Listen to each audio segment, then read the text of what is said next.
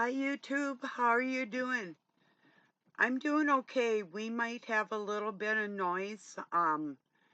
If Doug comes in, he's out on the tractor again, so um if that happens, I'm sure it won't be so much of a disturbance that I can't keep talking, but I was thinking about these people in our lives that say and do cruel things, or if things are peaceful, they have to start something that isn't even there. Have you ever been really quiet and had somebody come and say you're in another room with the door closed, then they interrupt you just to come in and start some nonsense that you were trying to stay away from? That those type of people, I've been around them a lot. And when they do start this chaos and it is intentional to disturb our peace, um, they don't see like they're doing anything wrong. What they're trying to do is lower our vibration. So we have like upsets, so you can't sleep or you can't digest your food the right way, or whatever they can do to interject these things. And I was thinking how we never get apologies. If we do, they're totally lame and it isn't heartfelt. You are never going to get a heartfelt apology from somebody that, if they're not liars, they're manipulators, and it is the same thing as being dishonest, whichever way we want to paint that like that, you know. But I was just thinking about these people that, so let them keep their pride and we can keep our dignity. That's the biggest thing. I mean, yeah, they can drag us down into an argument. I mean, you're only going to take so much till you're going to snap, and then they're going to say, "Oh, now look at you. You're out of control." It's not that they had pushed you to that point, but these creatures don't work on dignity.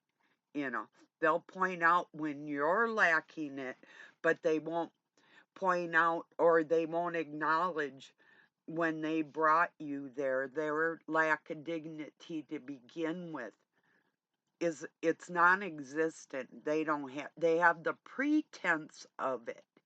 They pretend they have virtues. They pretend that they're decent people, but underneath the surface, there's some nasty stuff going on inside there, you know?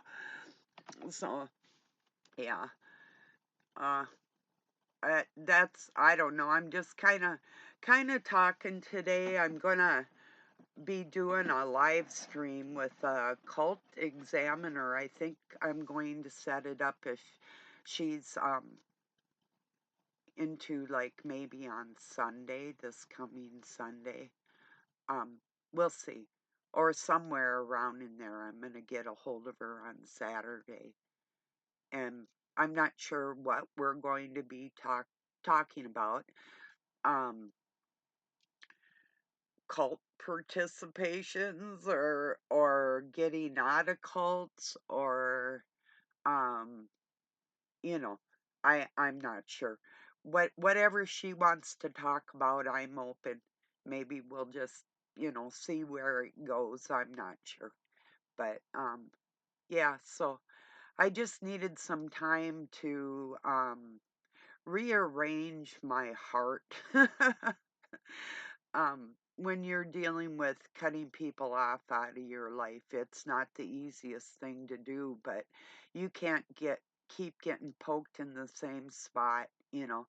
It's gonna eventually hurt, and your heart is a muscle, and the more it gets injured, it becomes a physical thing, and you need to protect yourself against that. It's real. It could be your kid, could be your parent. I mean, maybe your parent was some kind of scuzzbucket that would like demean you or hurt you. I knew this one girl. Let me see if I can, Christine. Christina, because my stepdaughter is Christine. So this girl was Christina. We called her Chrissy too, like our Chrissy. But this minute I'll tell you about Chrissy. She was said to have been mentally handicapped. Now, this is one thing I have really, really big deal with diagnosis from psychologists and psychiatrists that will analyze a child before they become a adult and label them as something that maybe they're not. Um, it could be a good thing for their benefit and it could hinder them in another way. But okay, back to Chrissy. I was bored and decided to go get a job. The only job I could find at that time was working at McDonald's, but that was okay because I could go on the way Doug's work. I could ride with him and ride home, getting the same hours working there. So I thought, yeah, that's okay. I think I wanted some extra money for something or something in my life. I can't remember what it was, but I didn't have to work. But like I say, I was bored and whatever. So, money's nice, you know. But anyway, so I had become crew chief, training other people there. Um, and they wanted me to be assistant manager, but there was problems within the store with the manager's father dying and some of the other help there were whatever. So they had this girl doing nothing but cleaning the bathroom and cleaning the and we're all supposed to take turns cleaning the restaurant. Every single one of us, right down to the manager, we had our responsibilities of cleaning that facility. And all they had this little girl doing was cleaning the toilets and cleaning this and taking out garbage and everything. So one day I got in there early. It was the breakfast menu time, and I taught her how to make folded eggs and how to fold burritos. She was really afraid too, and I'm like, she she was taught and conditioned by her mother to be dependent to the point where they told her she wasn't capable of doing anything, basically. So after, and I mean, I got behind her. She was afraid. She's just this little tiny, oh, maybe 16 or 17-year-old. And I got behind her and I took her hands and I was showing her how to fold the burritos and stuff. I go, now you try it. And she did. When I taught this girl how to do some things on the breakfast menu, that assistant manager that was there at that time, she got so pissed because then Chrissy wasn't just cleaning the bathrooms, Chrissy was cooking in the kitchen. So this bitch had to go do some of the work that she would usually have Chrissy do. So, yeah.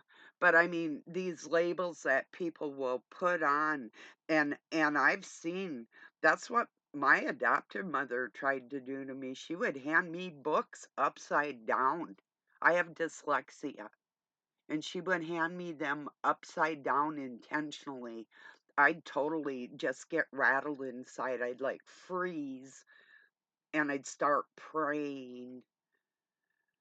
It was crazy, crazy times, but I could really relate to what this child had gone through, and I could see it. I could just see it as plain as day that there was the only thing wrong with that girl was the people who raised her, you know? So, yeah. And be careful when you label children as something that they may not be. They called her handicapped, incapable of holding a job. Yeah. So that's beyond a narcissist mother. That is what they do. Mothers or fathers or children or whatever. They're always going to want to make you dependent on them. And I can't remember, I think it was through her school or something that she was getting credits or something for working there. I can't remember how she ended up there or what that was all about, but it's a really nice girl.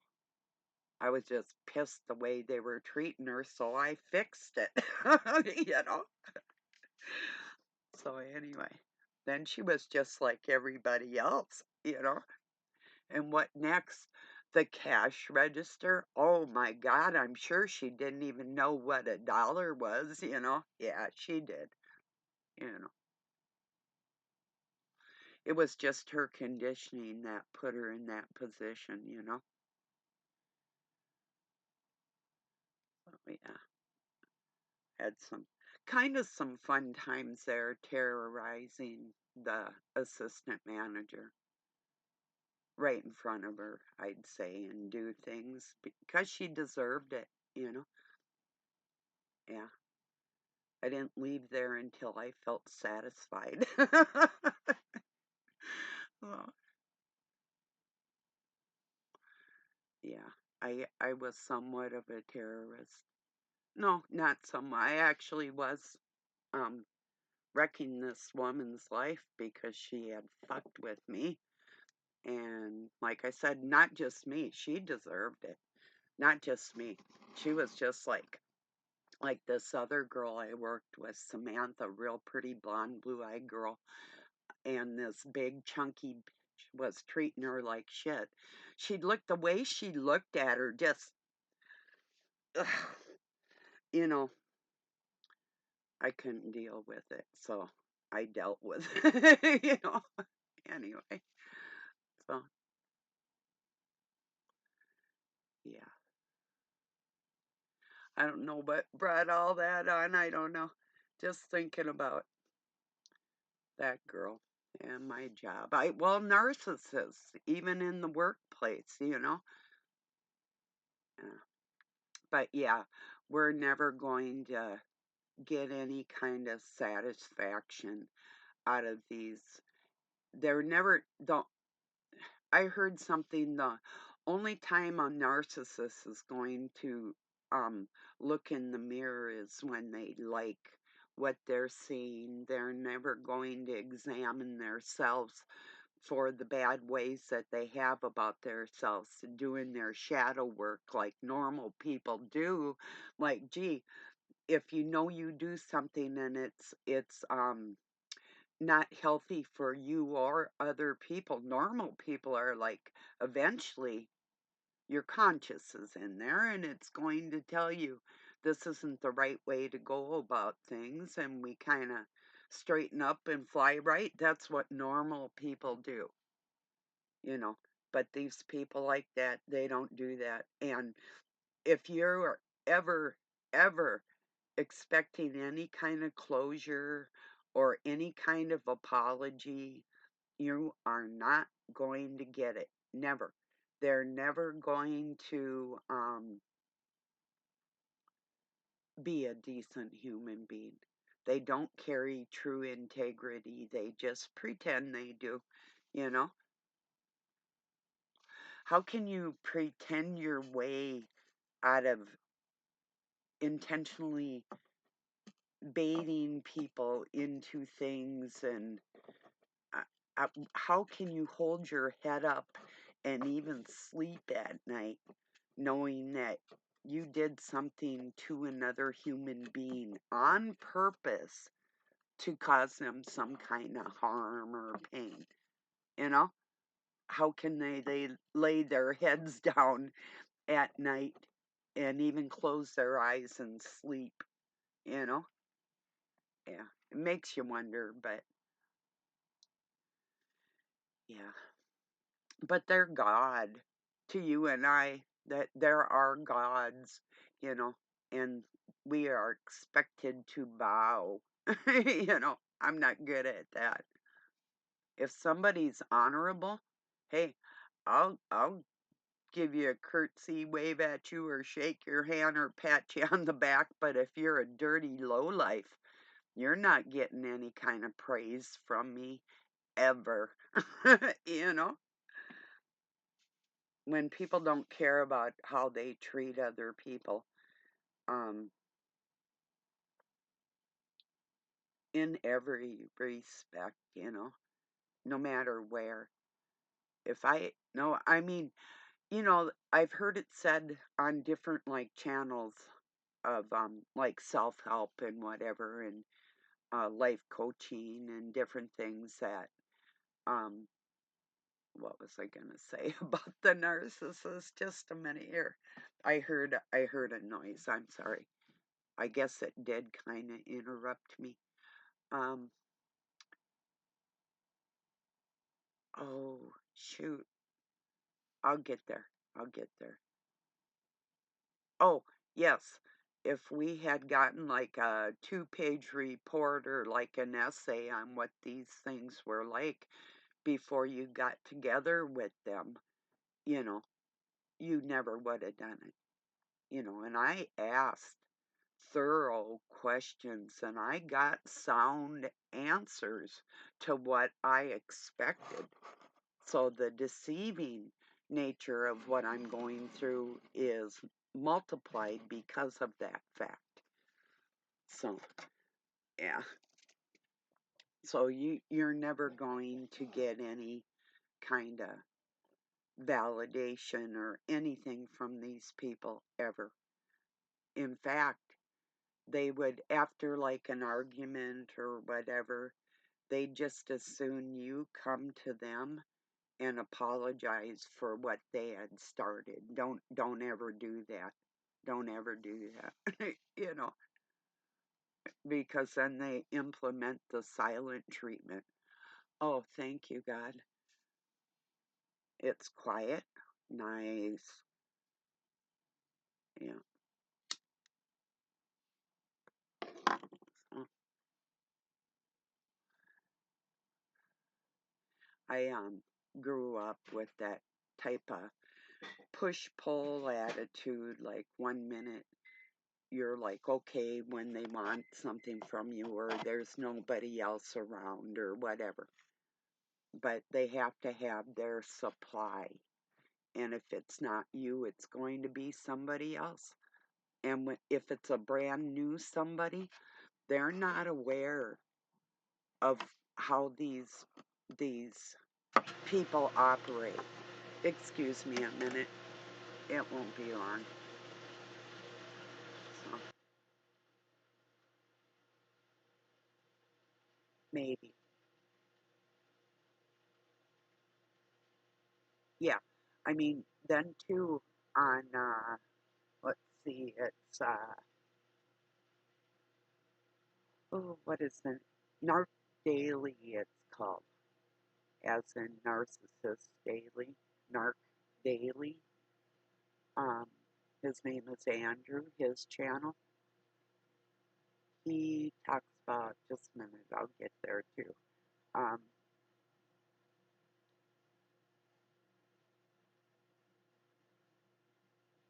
I don't know, and then I forgot it. I am sorry about the interruptions and stuff. I'm like I say, I'm just on here chatting with you because I did share some good music. I'll get back to where I was too, but I shared some good music over in my community, some maybe older songs that you've never heard, um, rock and roll, you know, or maybe you've heard them and I don't know. Like there's a song named Tracy. I used to sing it when I was little, or I'd try to sing it. One of the two. It's pretty old. But,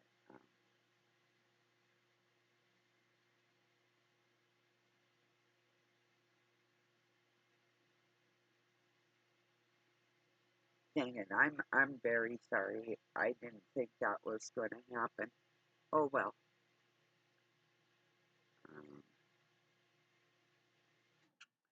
something about Andrew's channel. Something he says over there. Well, he's also the one that's, oh, that's what he says. That is important. We're not taught about narcissism in school. And, wouldn't that be wild if kids had like a psychology course in elementary school that taught them the signs of, say, like groomers and abusers and that type of thing? I can imagine what the playground would be like with all these little psychoanalysts out there analyzing each other instead of playing sports or jump rope or whatever. That's funny. Just the thought. But no, we're not taught about these things. We don't know what they are until it's very clear what they absolutely are. And they're trying to label these as mental illnesses. No, it's a decision between a person of integrity and one that doesn't have any, a person that doesn't have to pretend they have it, and somebody that does have to pretend, you know. So, and then when they get what they want, unless they see you as a ongoing source of supply, but like Andrew says, when they're done getting whatever they want from you, or they can't get any more, whatever it is, then you're crumpled up like an old sheet of paper and thrown out on the highway, or something like that is how he puts it. And that's basically about it. And I've been treated that way by just about everybody I know. Not everybody, but just about. It's way too much of it.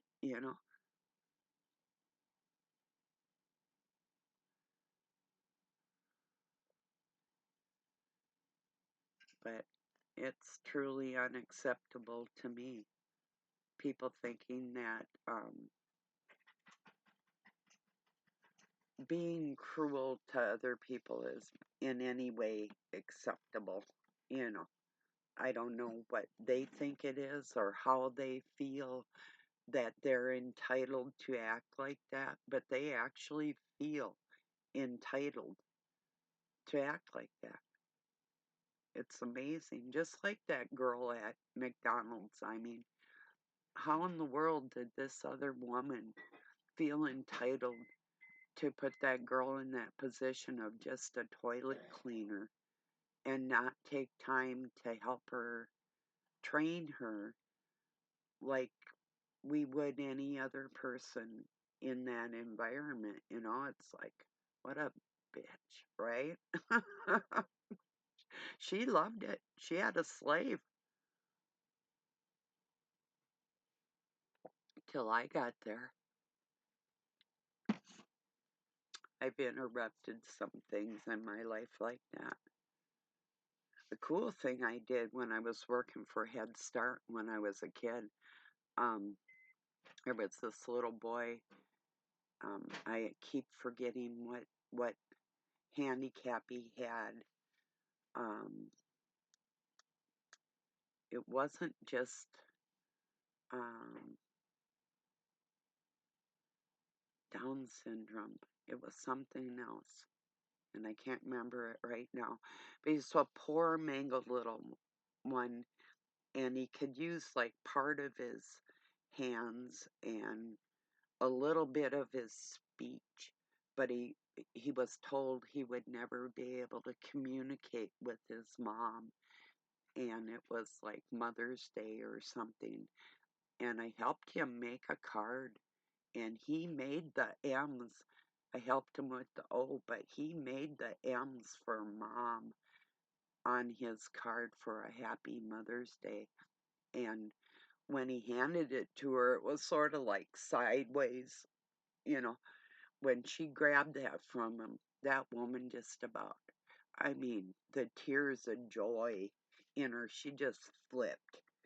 that her kid actually was able to give her a card she never thought she'd receive, you know?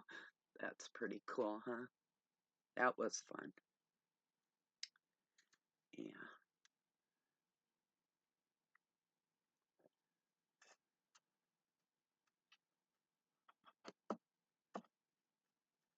Doug's got a philosophy and a theory, and I don't buy into it that I used to, that good people have bad children.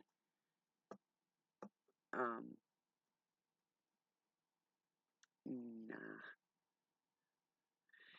It could be somewhat of a theory, but it doesn't always hold true, so I couldn't say that. Or that what, good children have bad parents. Nah. It all just doesn't make sense because it wouldn't work out. It's just good or bad, whatever, and wherever, you know. I'm sure it's balanced within the universe, but not in families, you know. But I imagine a narcissist would want to think that. But you might have one good parent, one bad parent, one good child, one bad child, you know, who knows? And I've seen that more often than not. Well, maybe that's the way it is. I have another cigarette with you before I go.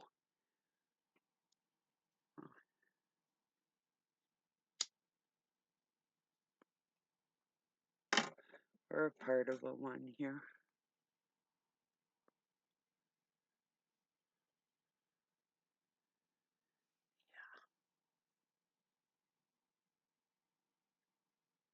I don't know. Yeah, like I say, just thinking about the apologies that we'll never get, and if they ever come, they're not going to be real. If these people wanted to be real, they wouldn't start the trauma and the drama to begin with, especially when you do not engage, you know. So,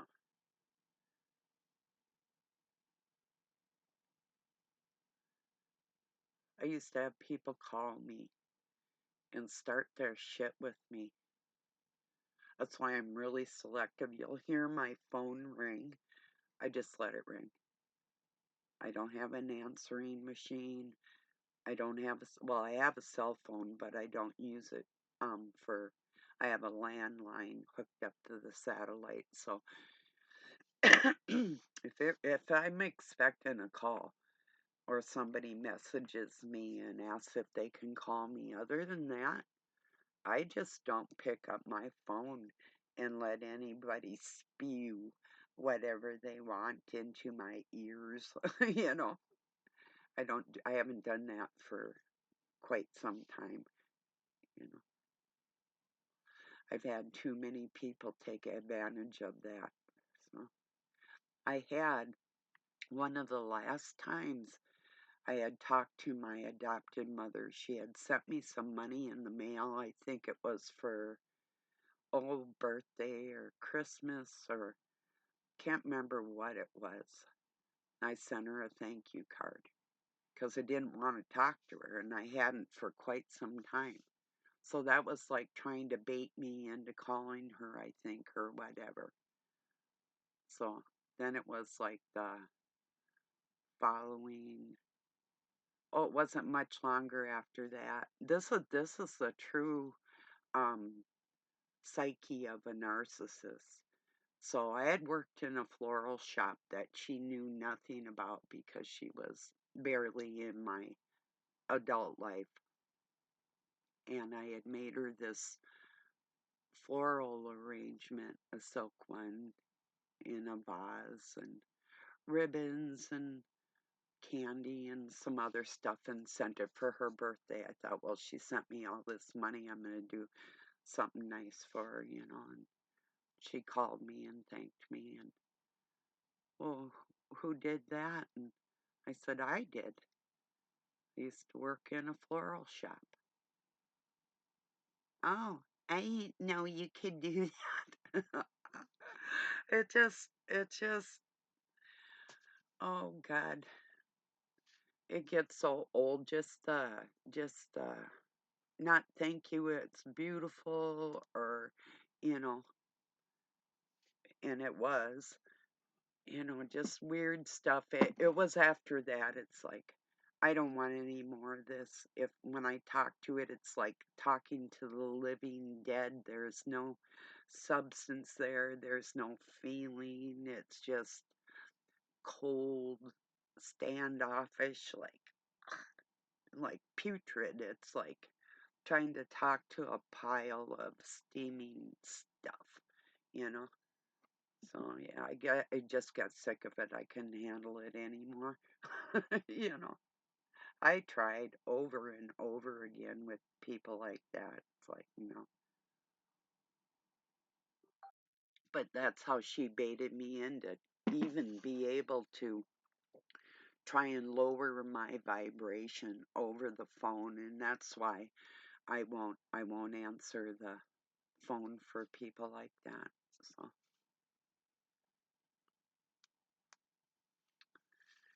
anyway, I don't know if some of you have lived through those type of things, or people just not acknowledging your accomplishments in life. It's like, yeah, because they don't accomplish what you do, that's why. you know.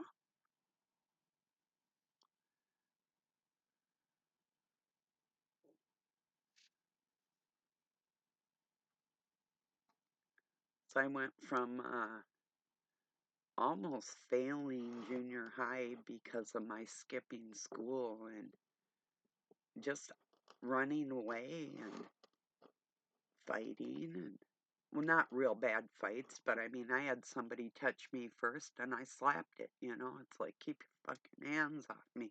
But I'm the one that got in trouble. That really pissed me off. But anyway, then I went to this private school. So I went from failing grades to getting A's in math and science, and took photography and some other things. But um, it is the environment that we're in, how we can excel. I mean, just like with that girl at McDonald's, if she had been raised right, she would have been making burritos without anybody having to even show her how to do it, because she would have had that self assurance, like she could do anything she put her mind to. But she wasn't taught that when she was little, you know. That's how these creatures will try and hold you back. They'll try and make you believe that you're not capable or even worthy to be able to do things. I mean, if you can scrub a toilet, you can make a burrito, you know. Anyway. Oh, them two just don't sound like they go together, do they? At McDonald's, they do, though. I didn't eat there when I worked there. See these people like grabbing nuggets while they're working and everything. It's like, whatever, thief. you know. So, well, I'm going to get this uploaded. I love you all. I appreciate you joining me. Have a really good night or day wherever you're at. Peace.